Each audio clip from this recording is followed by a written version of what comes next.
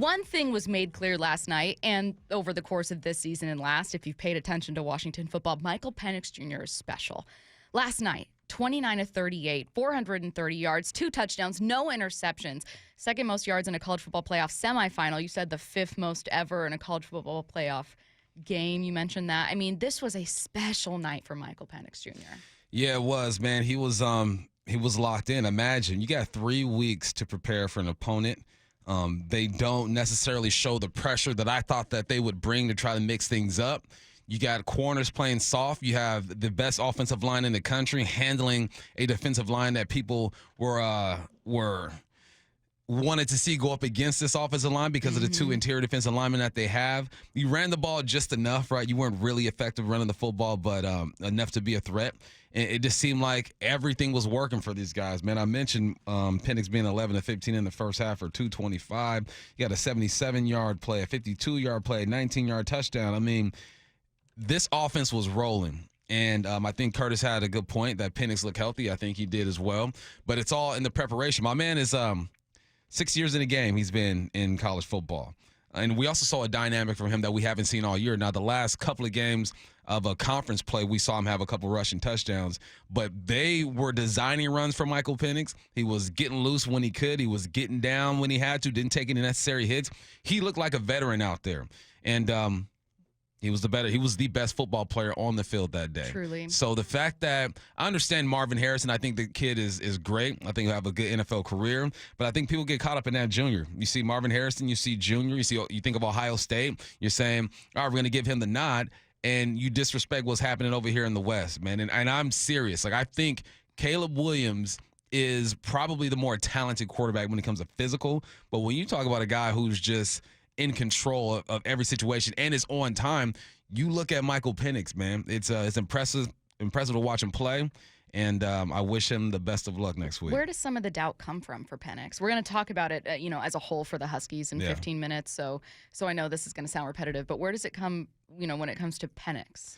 I think his game isn't necessarily flashy, right? His personality isn't flashy. The most flashy thing he does is when he shoots the bow and arrow or whatnot after a big play.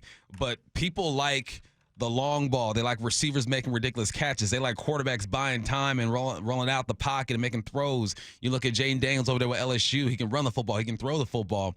But when it's all said and done, you need a general under center, and that's what Michael Penix is. And I think that's the same thing with Bo Nix. That's why people look at Bo and they're not impressed by it. But it goes, look, because it's so efficient, it's almost boring to them. It's like they want to see a quarterback have to buy time and throw across his body. So it's funny like how it's they're just running the changed. offense. He's just running the offense and dropping dimes. It's so funny how that's changed over time because there used to be so many questions around quarterbacks who could be more dynamic. Like, well, are they leaning into that because they don't have the football smarts, which obviously was like a horrible, very close-minded way to look at mobile quarterbacks in the first place. But it's funny how that's shifted now to where more traditional pocket passers or people who you assume have less mobility, like in the case of Michael Penix, you're assuming he has less mobility. It's like, he's just limited. And it's like, are you seeing these throws? Caitlin DeBoer here's what he had to say about Michael Penix. The guy was on a mission. He was on a mission. The last month, just since the Pac-12 championship, realizing that it's right there in front of us, right there in front of him, maybe even being number 2 in the whole voting thing, and some of that put a chip on his shoulder too. But our team just in general, want to just go out there and continue to prove, that we got a great football team, and we deserve and we earned it. That's what I say about how we played, and I love him. They do have a great team. He is just so special. In fact, I'm going to keep playing some sound here. Let me jump to this one. Tell me what you think about this bump. This is Dan Orlovsky on Get Up. Obviously, Dan loves analyzing quarterback play, a former passer himself. This is what he had to say about Penix. I don't know if I've seen a college quarterback throw it better. I mean, there were so many throws there's another one, that are just perfect. I don't know if I've seen a college quarterback just ball placement-wise throw it better, and he's a first-rounder. What do you think about it? Yeah, I agree. I think, and here's another thing that I guess might deter people from buying into Penix is that his throwing motion isn't what you call textbook, right? He has his own little throwing It's motion there. It's a interesting. little wide. The elbow Kinda isn't where you low. want it. You know, it looks different. So people are like, how is that working? It don't matter, man. He's making these throws, and he is the best back shoulder thrower I've seen in college football. Since I started playing in 2004 to now, he is the best back Wow. shoulder thrower I've ever seen in in college football. And what that does, it's almost impossible to cover that. It's impossible. If a DB is on a receiver's hip, he's running a go, he doesn't know that football is going to be thrown behind him. He drops dimes consistently, man, and is so composed out there.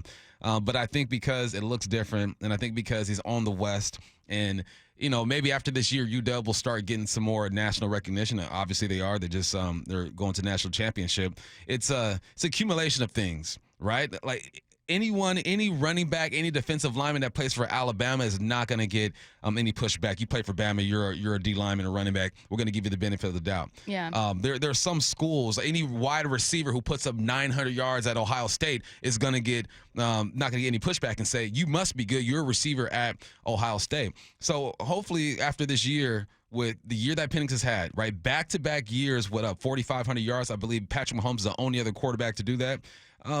Let's start putting some respect and start paying attention to what's going on out west. And with, UW pretty much moving to the Midwest, they'll be forced to watch more UW football. We have a hater alert on the 206. 206, what are you doing?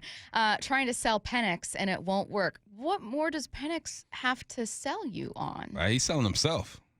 All we're He doing had is the best performance from any quarterback in these 4 games, a group that included Michigan, Alabama, Texas. What more do you want from him? Again, there's some dudes who just can't win, and to sit here and act like Penix isn't one of the, if not the best quarterback in college football, would be dumb. So what we're doing is we're looking at film and we're looking at numbers and saying, nah, I don't believe it. We're looking at what DeBoer has been able to do over there. Man, DeBoer is 10-0 versus ranked teams. It's ridiculous. Wow. We're looking at the 400-yard performances that Penix has had, and we're saying, nah, I don't believe it. I mean, you have your opinion. If you don't think it's going to work out in the NFL, then that's fine. Most careers don't work out in the NFL.